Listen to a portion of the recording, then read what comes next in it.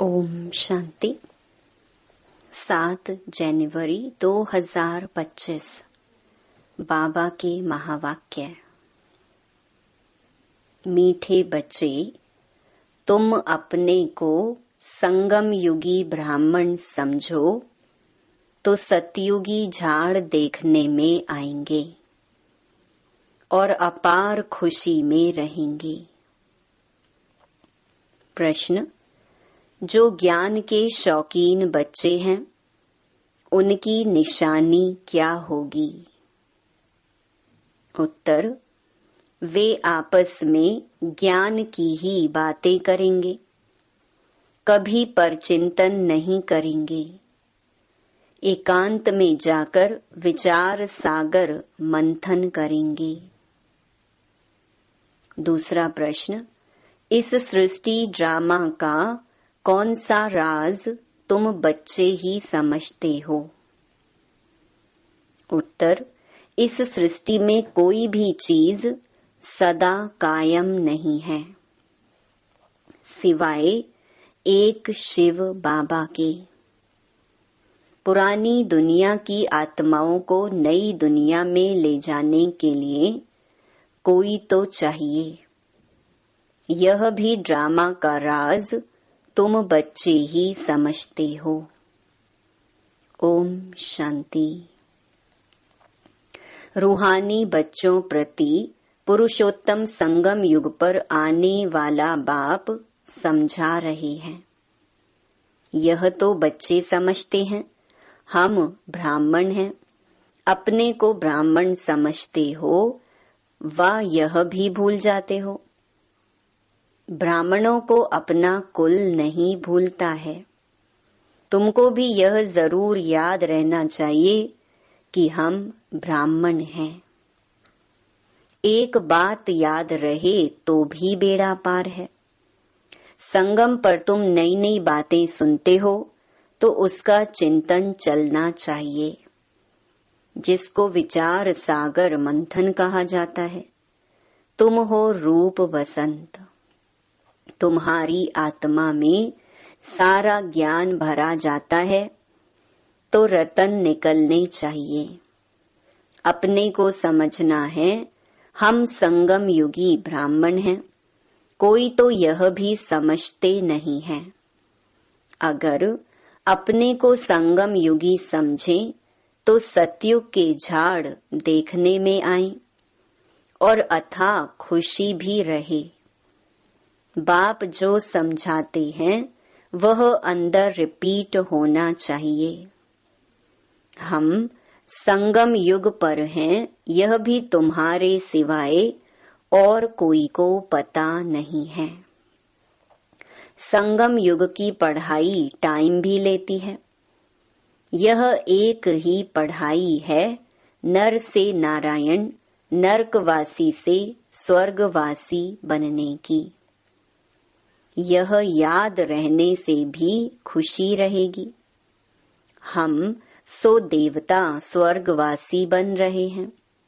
संगम युगवासी होंगे तब तो स्वर्गवासी बनेंगे। आगे नरकवासी थे तो बिल्कुल गंदी अवस्था थी, गंदे काम करते थे। अब वह मिटाना है। मनुष्य से देवता स्वर्गवासी बनना है।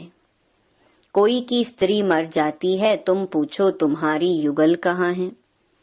कहेंगे वह स्वर्गवासी हो गई। स्वर्ग क्या चीज है वह नहीं जानते। अगर स्वर्गवासी हुई फिर तो खुश होना चाहिए ना। अभी तुम बच्चे इन बातों को जानते हो।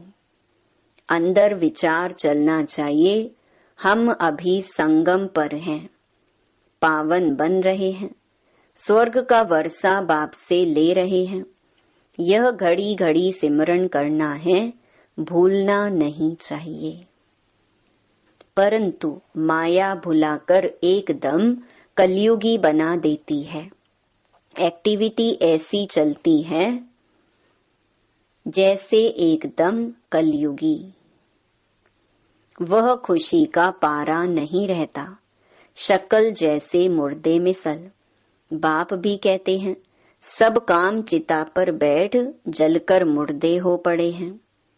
तुम जानते हो हम मनुष्य से देवता बनते हैं तो वह खुशी होनी चाहिए ना। इसलिए गायन भी है, अतीन्द्रिय सुख की भासना गोप गोपियों से पूछो। तुम अपनी दिल से पूछो, हम उस भासना में रहते हैं। तुम ईश्वरीय मिशन हो ना। ईश्वरीय मिशन क्या काम करती है? पहले तो शूद्र से ब्राह्मण, ब्राह्मण से देवता बनाती है। हम ब्राह्मण हैं, यह भूलना नहीं चाहिए। वह ब्राह्मण तो झट कह देते हैं, हम ब्राह्मण हैं, वह तो हैं कुख की संतान। तुम हो मुख वंशावली। तुम ब्राह्मणों को बहुत नशा होना चाहिए। गाया हुआ भी है ब्रह्मा भोजन। तुम किसी को ब्रह्मा भोजन खिलाते हो तो कितना खुश होते हैं। हम पवित्र ब्राह्मणों के हाथ का खाते हैं। मनसा वाचा कर्मणा पवित्र होना चाहिए। कोई अपवित्र कर्तव्य नहीं करना चाहिए। टाइम तो लगता है, जन्मते ही तो कोई नहीं बनता। भल गायन है, सेकंड में जीवन मुक्ति।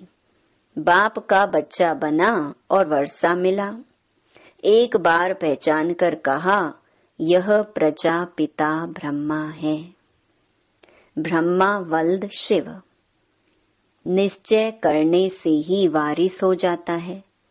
फिर अगर कोई अकर्तव्य करेंगे तो सजाएं बहुत खानी पड़ेंगी।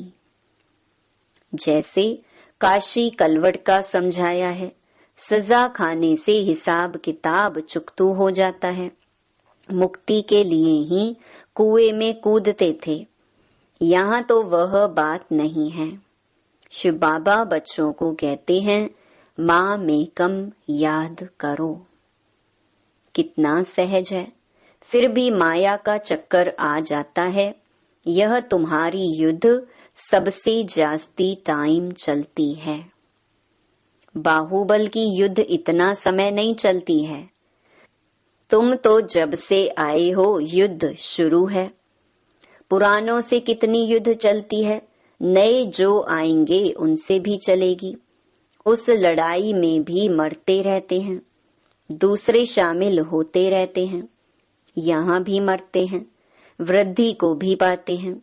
झाड़ बड़ा तो होना ही है। बाप मीठे मीठे बच्चों को समझाते हैं, यह याद रहना चाहिए, वह बाप भी है, सुप्रीम टीचर भी है, सतगुरु भी है। श्री कृष्ण को तो सतगुरु बाप टीचर नहीं कहेंगे। तुम्हें सबका कल्याण करने का शौक होना चाहिए। महारथी बच्चे सर्विस पर रहते हैं। उन्हों को तो बहुत खुशी रहती है। जहाँ से निमंत्रण मिलता है भागते हैं। प्रदर्शनी सर्विस कमेटी में भी अच्छे अच्छे बच्चे चुने जाते हैं। उन्हों को डायरेक्शन मिलते हैं। सर्विस करते रहें तो कहेंगे, यह ईश्वरीय मिशन के अच्छे बच्चे हैं।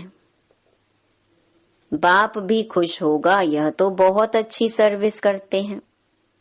अपनी दिल से पूछना चाहिए, हम सर्विस करते हैं।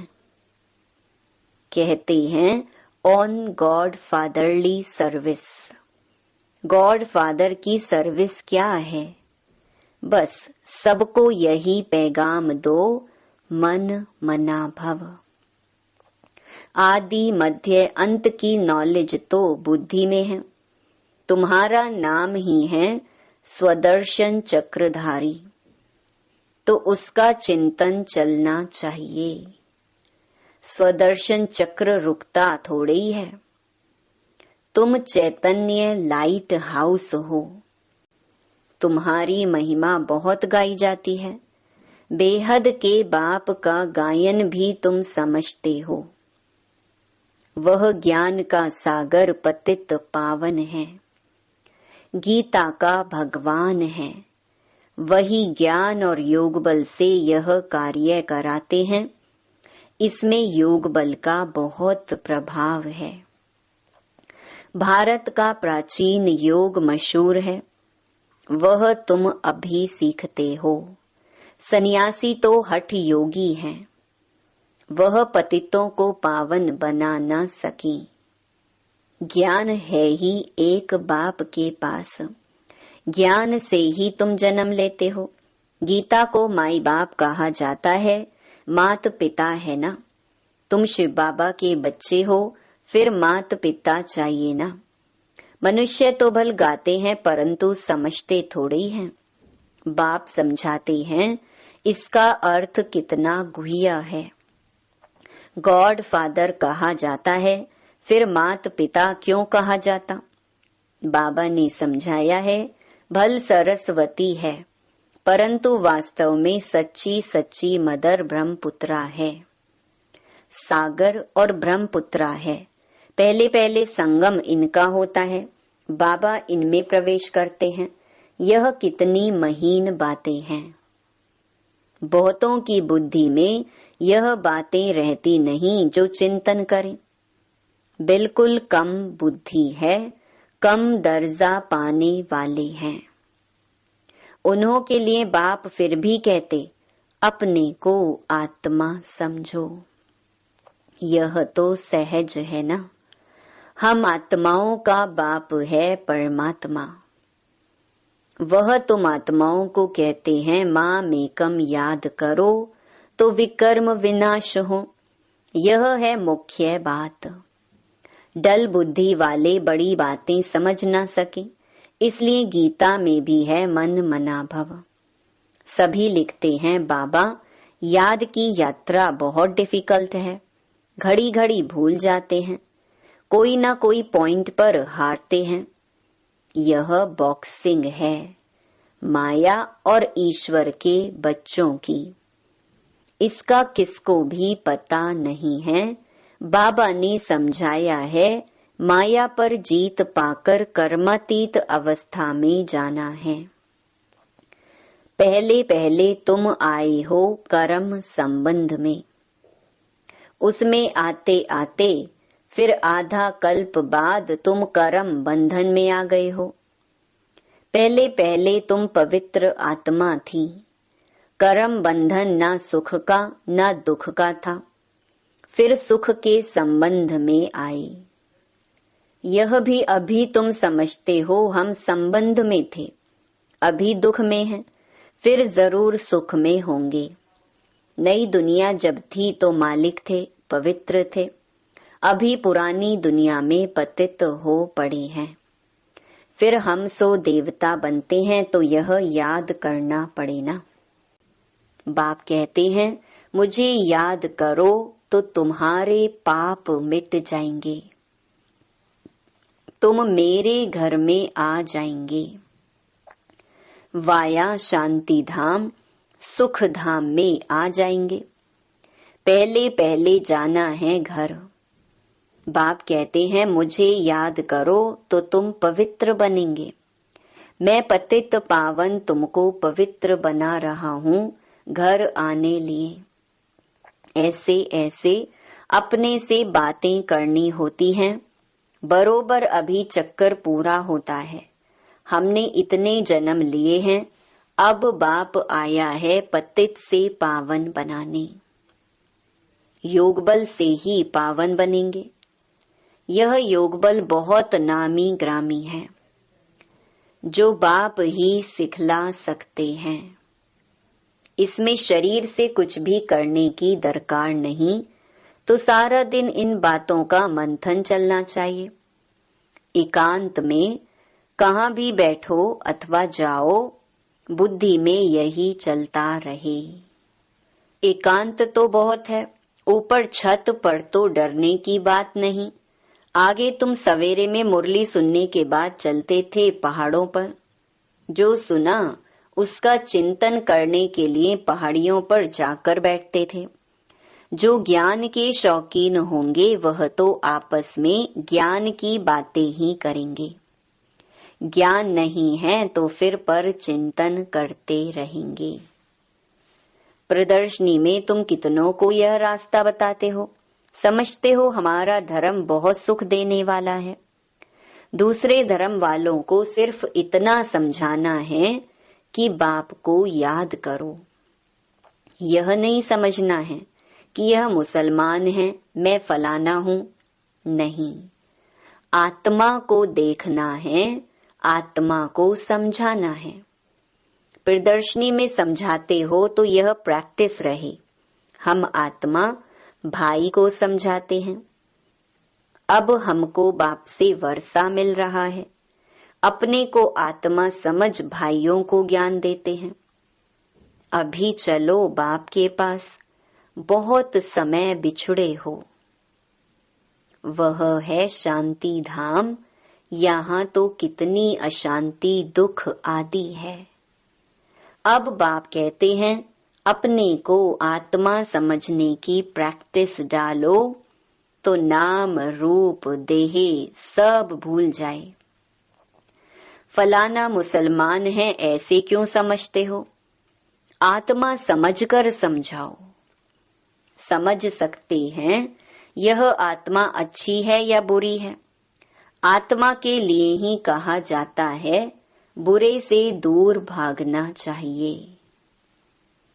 अभी तुम बेहद के बाप के बच्चे हो, यहाँ पाठ बजाया, अब फिर वापस चलना है, पावन बनना है। बाप को जरूर याद करना पड़े। पावन बनेंगे तो पावन दुनिया के मालिक बनेंगे। जबान से प्रतिज्ञा करनी होती है। बाप भी कहते हैं प्रतिज्ञा करो। बाप युक्ति भी बताते हैं कि तुम आत्मा भाई भाई हो, फिर शरीर में आते हो तो भाई बहन हो। भाई बहन कभी विकार में जा नहीं सकते। पवित्र बन और बाप को याद करने से तुम विश्व के मालिक बन जाएंगे। समझाया जाता है माया से हारे फिर उठकर खड़े हो जाओ। जितना खड़े होंगे उतनी प्राप्ति होगी। ना माना घाटा और जमा तो होता है ना। आधा कल्प जमा फिर रावण राज्य में ना हो जाता है। हिसाब है ना। जीत जमा हार ना। तो अपनी पूरी जांच करनी चाहिए। बाप को याद करने से तुम बच्चों को खुशी होगी। वह तो सिर्फ गायन करते हैं, समझ कुछ नहीं, बेसमझी से सब कुछ करते हैं। तुम तो पूजा आदि करते नहीं हो, बाकी गायन तो करेंगे ना। उस एक बाप का गायन है अव्यभिचारी। बाप आकर तुम बच्चों को आपे ही पढ़ाते हैं। तुम्हें कुछ प्रश्न पूछने की दरकार नहीं है। चक्कर स्मृति में रहना चाहिए, समझना चाहिए कैसे हम माया पर जीत पाते हैं और फिर हार खाते हैं। बाप समझाते हैं हार खाने से 100 गुना दंड पड़ जाएगा।